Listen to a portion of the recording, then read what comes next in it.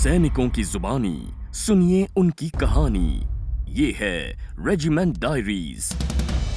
1971 पूर्वी पाकिस्तान पश्चिम पाकिस्तान से अलग होकर एक नया देश बनाने की जंग लड़ रहा था और आजादी की इस लड़ाई में उनका साथ दे रही थी भारतीय सेना। 10 दिसंबर की रात भारतीय सैनिक एक खास मिशन पर निकले थे। मिशन था मैनामती रिज पर कब्जा। बांग्लादेश की राजधानी ढाका से 114 किलोमीटर दूर है लामलाई की पहाड़ी, जिसका उत्तरी छोर है मैनामती।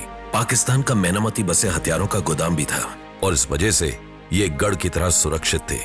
पाकिस्तानी सेना मजबूत डिफेंस पोजीशन पर थी और इस जंग को जीतना आसान नहीं था। रात 12 बजे भारतीय सैनिकों ने मैनामती पर कब्जा करने का ऑपरेशन शुरू किया।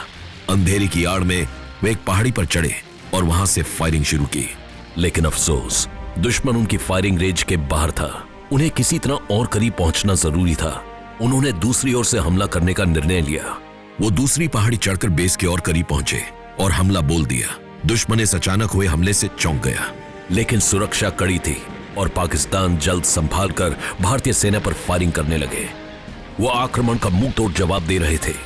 दुश्मन की तादाद भी ज्यादा थी और उनके पास बेहतर बंदूकें भी थी और साथ थे टैंक्स। युद्ध का पासा पलटने लगा। स्थिति इतनी गंभीर थी कि भारतीय सेना को वापस लौटने का आदेश दिया गया, लेकिन सिपाहियों पर ऐसा जुनून सवार था कि उन्होंने वापस लौटने के आदेश को अनदेखा करने का फैसला किया।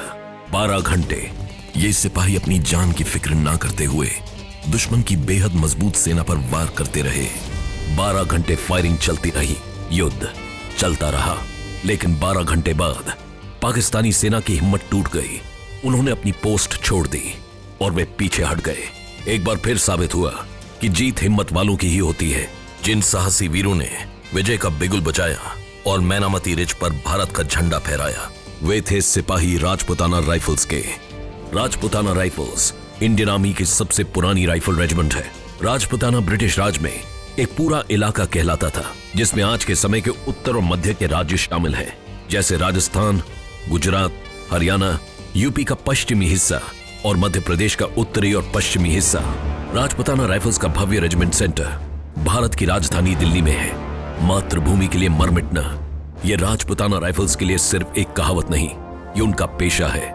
इसी जज्बे को दर्शाता भगवत पुराण का एक वाक्य इस रेजिमेंट का सिद्धांत है, वीर भोग्य वसुंधरा।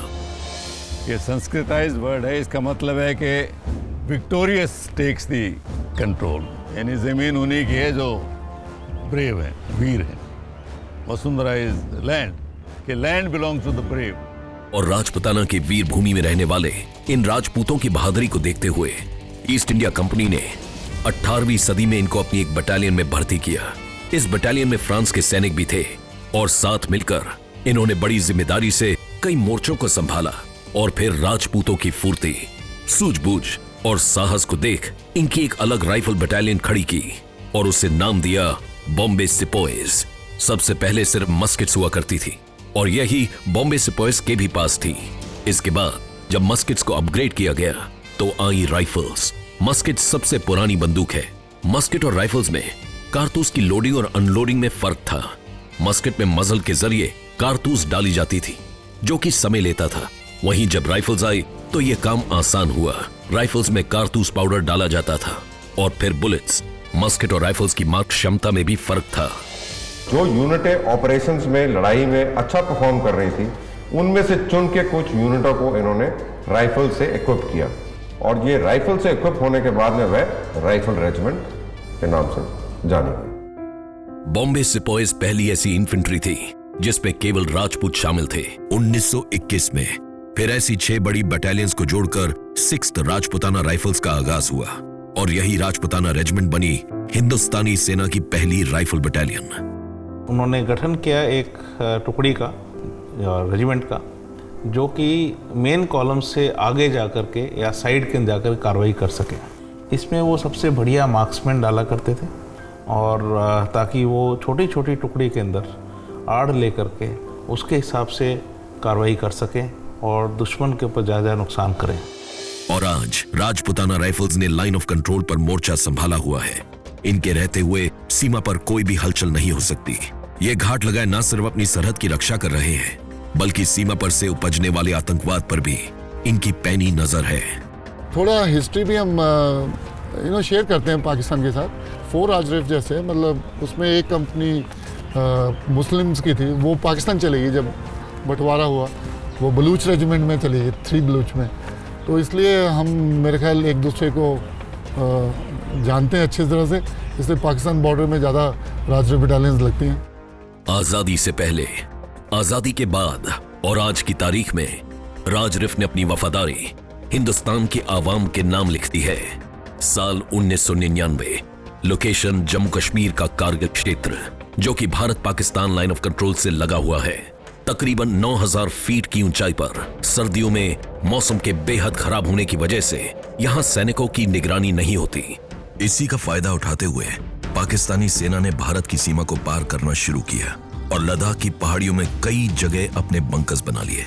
NH1 यानी नेशनल हाईवे 1, जो कि श्रीनगर से लेह तक जाता है, कारगिल सेक्टर की सबसे ऊंची पहाड़ी की चोटी से साफ साफ दिखता था। यानी इस हाईवे पर किसी भी तरह का मूवमेंट छुपा नहीं था और कोई भी दुश्मन की गोली या बमबारी का टारगेट बन सकता था। और इस पहाड़ी पर पाकिस्तानियों ने कब्जा कर लिया। हम ये महीना बात कर रहे हैं मई की बात, मई 1999 की। और जैसे ही रास्ता ये खुलता है तो उसके बाद में आपकी जो विंटर स्टॉकिंग जो होती है, यानी कि जो राशन वगैरह सामग्री सामान जो भी सियाचिन ग्लेशियर और आगे वाले ट्रिप्स के लिए जाना था, उसके लिए ये रोड की बहुत अहमियत होती है। लेकिन इस पोस्ट को वापस लेना आसान नहीं था। इस ऊंची चोटी पर फतेह पाने के लिए रास्ते में आने वाले दुश्मन के हर बंकर पॉइंट पर कब्जा जरूरी था और इनमें से एक पॉइंट की ओर बढ़ रहे थे मेजर विवेक गुप्ता। ये एक जानलेवा मिशन था और इसमें शामिल होने वाले हर एक सैनिक, हर एक ऑफिसर को इस बात का इल्म था। वो जानते थे कि दुश्मन को खत्म करने के लिए सामने से ही वार करना होगा, यानी बेहद करीब से। जो अप्रोच थी वो ऐसे कोई खुली अप्रोच नहीं थी, सिर्फ एक ही अप्रोच थी। एक रिज लाइन है, वो रिज सीधी उसके ऊपर जाती है और दोनों तरफ गहरी खाइयां हैं। तो वो जो रिज लाइन थी उस पर ऊपर जाना था। वो पूरा मशीन गन फायर से, इट वाज बिल्कुल पूरा मशीन गन फायर से कवर किया हुआ था। और क्योंकि हम एक जिम्मेदार देश है, हमने कहा कि हम लाइन ऑफ कंट्रोल LC नहीं क्रॉस करेंगे, तो हमने अपने पे इम्पोज किया था। कई ऐसे होता है पहाड़ पे जाने के लिए अलग अलग अप्रोचेस होती हैं चारों तरफ से, और कई अप्रोचेस ज़्यादा ग्रेजुअल जो थी वो पाकिस्तान की तरफ से थी, लेकिन हम लोगों ने बोला नहीं, हम LC नहीं क्रॉस करेंगे। मेजर विवेक गुप्ता और उनकी कंपनी ने यहां आक्रमण वार किया। भारी गोलाबारी और बमबारी के बीच से होते हुए ये दुश्मन के बेहद करीब पहुंचे। मेजर विवेक गुप्ता ने दुश्मन के बंकर पर रॉकेट लॉन्चर से हमला किया। एकदम से हुए इस धमाके से दुश्मन अभी संभली ही थी कि मेजर विवेक गुप्ता ने उन पर धावा बोल दिया। 2 गोलियां उनके आर पार हो चुकी थी, लेकिन फिर भी वो आगे बढ़ते रहे। घायल होने के बावजूद हैंड टू हैंड कॉम्बैट में उन्होंने 3 और पाकिस्तानी सैनिकों को वहीं मार गिराया। तब तक उनके दूसरे साथी पोस्ट पर कब्जा करने आगे बढ़ चुके थे, लेकिन तभी मेजर विवेक गुप्ता को एक और गोली लगी। इस गोली ने उनकी जान ले ली। उनकी इस शहादत ने ही नामुमकिन लगने वाले इस मिशन को मुमकिन किया। उनके इस बलिदान को महावीर चक्र के रूप में सम्मानित किया गया। यही जो हमारी यूनिट की शान है, ये हमें बांधती है और मोटिवेट करती है उस ध्वज को लहराने के लिए और उसको जीत ला के देने के लिए। और वो ही मोटिवेट करती है एक एक ट्रुप को, एक एक जवान को, एक एक अफसर को कि अपना कार्रवाई इस बहादुरी के साथ में करे कि वह जीत हासिल करे। दुश्मन पर काउंटर फोर्स करने वाली पहली टुकड़ी को घातक प्लाटून बुलाया जाता है, क्योंकि इस तरह के हमले में शामिल होने वाले हर जांबाज सैनिक सर पर कफन बांध कर निकलता है। और कैप्टन नाइकीज हकुओ कैंगरू से ऐसे ही एक यूनिट के नेतृत्व कर रहे थे। उनके कमीशन हुए सिर्फ 3 महीने हुए थे। मेरी कंपनी के वो सेकंड इन कमांड थे। उनका नाम था, एक्चुअल नाम था कैप्टन नीकीजाकू कैंगरूज, लेकिन हमारे ट्रूप्स जो कि जाट हैं और राजपूत हैं, उनको बोलने में बड़ी मुश्किल होती थी, इसलिए वो उनको नींबू साहब प्यार से कह के बुलाते थे। कैप्टन नींबू मेरी कंपनी के साथ में ही हमको टास्क दिया गया था कि हमको इन्फिल्ट्रेट करके दुश्मन के पीछे की तरफ जाना है और पीछे से उस कंपनी को अटैक करना है। अटैक का टारगेट थी सबसे ऊंची चोटी के पास की एक महत्वपूर्ण पहाड़ी। दुश्मन यहां पर अपना डेरा जमाए हुए थे और उन्हें यहां से निकालना मुश्किल काम था। लगातार हो रही दुश्मन की बमबारी से इस पॉइंट तक पहुंचना मुश्किल था। रात के अंधेरे में बर्फीली पहाड़ी पर चढ़ना, वो भी गोलियों से बचते हुए, बेहद मुश्किल था। कमांडो प्लाटून किसी तरह ये दुर्गम रास्ता तो पूरा कर रही थी, लेकिन गोलियों से बचना नामुमकिन सा था। कैप्टन नीबू ऊपर चढ़ ही रहे थे कि एक गोली आकर उन्हें लगी, लेकिन ये गोली उन्हें रोक नहीं पाई। वो तुरंत संभले, अपने साथियों को इसका एहसास तक नहीं होने दिया और उनका मनोबल बढ़ाते हुए आगे बढ़ते रहे। लेकिन बर्फ़ होने के कारण वो जितना ऊपर चढ़ रहे थे उतना ही नीचे भी आ रहे थे, क्योंकि बहुत स्लिपरी था। उस टाइम पे कैप्टन निकोज़ाकू कैंगरूज ने यह सोच विचार किया और उन्होंने अपने जूते खोल दिए ताकि उन्हें एक बढ़िया ग्रिप मिल सके।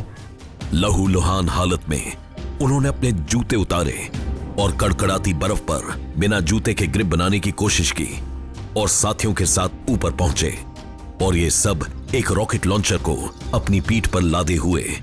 इस सब की मुझे रिपोर्ट इसलिए लग रही थी क्योंकि मैं उनसे करीब और 25-30 मीटर पीछे चल रहा था और मुझे उस स्नो के ऊपर वो चढ़ते हुए अपने ही साथी नज़र आ रहे थे। लेकिन जब वो तकरीबन 5 या 10 मीटर रह गए होंगे, तब दुश्मन को लगा कि अब तो भारतीय फ़ौज हमारे ऊपर आ गई और अब मुश्किल है हमारा यहाँ पर रहना। तब दुश्मन ने अपना जो पूरा पत्थर का संगड़ बना था, वो पूरे के बड़े बड़े पत्थर, तकरीबन इतने बड़े पत्थर थे, वो हमारी बढ़ती हुई फ़ौज के ऊपर लुढ़का दी। उसके लुढ़काने से मैंने सडनली देखा कि मेरे कई सारे सोल्जर्स, क्योंकि वो ऐसे ऊपर से नीचे गिर रहे थे जैसे कि कसाई किसी को काटता है, उस तरह से उनकी सोल्जर्स मेरे नीचे गिर रहे थे। मैं नीमू साहब की तरफ चिल्ला रहा था।